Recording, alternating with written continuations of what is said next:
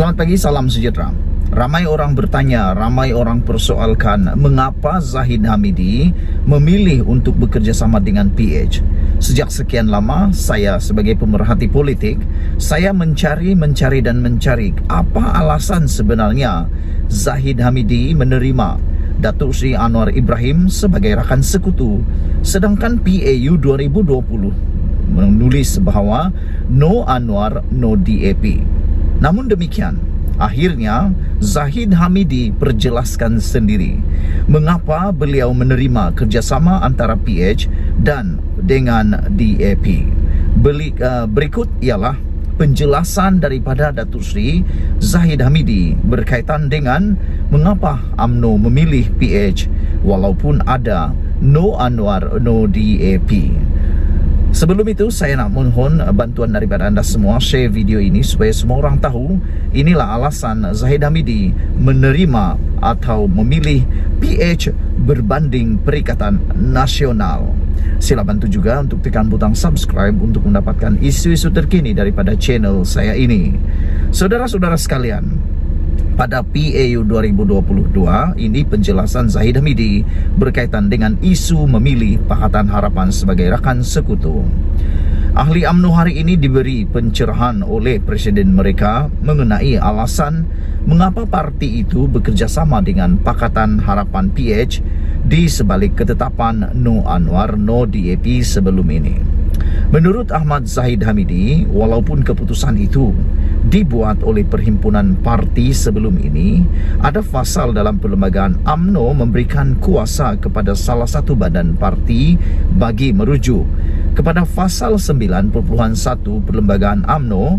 Ahmad Zahid Hamidi berkata ia memberi kuasa kepada Majlis Kerja Tertinggi MKT UMNO untuk menjalankan kerja pentadbiran parti di bawah Perhimpunan Agong.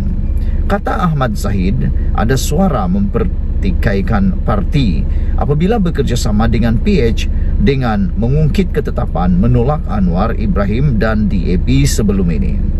Mereka itu katanya cenderung untuk melihat UMNO bekerjasama dengan Perikatan Nasional PN yang disertai antaranya Bersatu, PAS dan Gerakan. Kelompok yang bersuara ini tidak pula menyebut PAU juga menyebut keputusan dan ketetapan no Bersatu, katanya dalam ucapan dasar Presiden di Kuala Lumpur hari ini. Anda pasti masih mengingat satu kata-kata daripada Muhyiddin Yassin sebelum ini, yaitu Muhyiddin Yassin menetapkan dalam PAU atau dalam sebelum PRU 15, Muhyiddin mengatakan bahawa musuh utama Perikatan Nasional ialah Parti Barisan Nasional. Jadi mengapa ini tidak diungkit di dalam suara-suara yang mahukan kerjasama dengan Perikatan Nasional? Mereka hanya ungkit no Anwar, no DAP. Bagi saya sebagai pemerhati politik, itu satu tindakan yang tidak adil. Mengapa perkataan ataupun ungkapan no Bersatu atau no Muhyiddin tidak diungkit pula? Dan mengapa ungkapan Muhyiddin bahawa Barisan Nasional adalah musuh nombor satu Perikatan Nasional tidak pula diungkit? Jadi adakah itu adil? Bagi saya amatlah tidak adil menyalahkan Zahid Hamidi, sedangkan PAU juga menyebut bahawa no Bersatu. Saudara, ini hanya berpihak keadilan sebelah saja jika hanya mahu melihat no Anwar, no DAP. Saudara-saudara sekalian, Ahmad Zahid juga menjelaskan sebagai sebuah parti berperlembagaan, UMNO membuat keputusan sesuai dengan peraturan yang ada. Justru kata Zahid, pasal 9.1 menyebut MKT berkuasa menjalankan sebarang langkah bagi pihak Perhimpunan Agung dan keputusan berkenan hendaklah dimaklumkan kepada Perhimpunan Agung.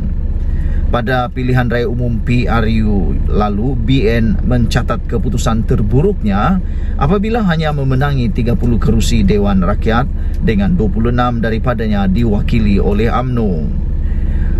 Pada masa sama, tiada parti lain mampu mendapat majoriti kerusi parlimen dan ia menyebabkan berlaku kebuntuan politik selama beberapa hari selepas berakhirnya PRU 15.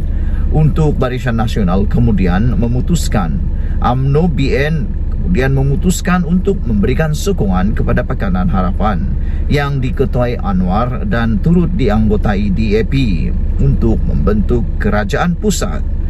Pada masa sama, wujud kumpulan tertentu yang keberatan dengan langkah tersebut dan menunjukkan keengganan mereka sama ada secara terbuka atau tersirat. Kumpulan terbabit dilihat lebih cenderung kepada Perikatan Nasional. Berdasarkan keadaan ketika itu, jika sokongan diberikan kepada Barisan Nasional, parti itu akan membantu pengerusi Perikatan Nasional Muhyiddin Yassin menjadi Perdana Menteri sekali lagi. Selaras dengan pembentukan kerajaan gabungan bersama Pakatan Harapan, Ahmad Zahid dilantik sebagai Timbalan Perdana Menteri. Mengulas lanjut, Ahmad Zahid Hamidi juga memberi atau berkata, pendirian UMNO membentuk kerajaan dengan PH adalah selaras dengan perakuan yang diberikan kepada Yang di-Pertuan Agong yang mahukan kerajaan perpaduan diwujudkan. Pada masa yang sama, PH juga bersetuju dengan titah Yang di-Pertuan Agong. Sebaliknya, Perikatan Nasional PN menolak titah berkenan. Makanya sesuai dengan perlembagaan parti dan menjunjung titah Yang di-Pertuan Agong, mesyuarat MKT telah membuat keputusan berdasarkan kaedah mempertimbangkan mudarat kecil dan mudarat besar kepada parti. Malah kita juga turut pertimbangkan berasaskan prinsip demokrasi, katanya. Secara pribadi saya memikirkan ini melihat pada konsep derhaka.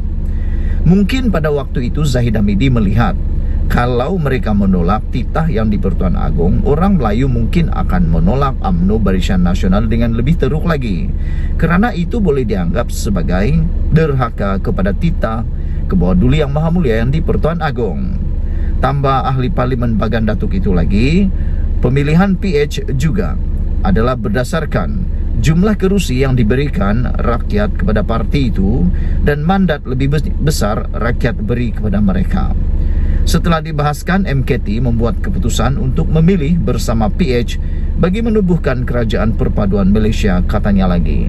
Saya setuju dengan ungkapan terakhir Zahid Hamidi ini, iaitu apabila melihat berdasarkan jumlah kerusi yang diberikan rakyat kepada parti, mandat lebih besar diberikan kepada PH. Jangan itu adalah lebih selamat untuk memilih kerajaan atau memilih pakatan yang mana kerusi lebih banyak, iaitu Pakatan Harapan. Jika tidak, besar kemungkinan akan berlaku lagi pergolakan politik, ketidakstabilan politik yang berpanjangan di Malaysia. Saya nak tanya kepada semua penonton hari ini, anda mahu kestabilan ataupun perebutan kuasa? Anda pilih saja. Kalau nak mahu menumbangkan sesiapa, tumbangkan melalui peti undi dan kertas undi anda. Sekian dulu untuk kali ini. Jangan lupa tekan butang subscribe, share video ini dan tekan butang subscribe, like dan share. Kita jumpa lagi. Malaysia kita punya, kita jaga sama-sama. Cintai Malaysiaku. Kita jumpa lagi. Bye-bye.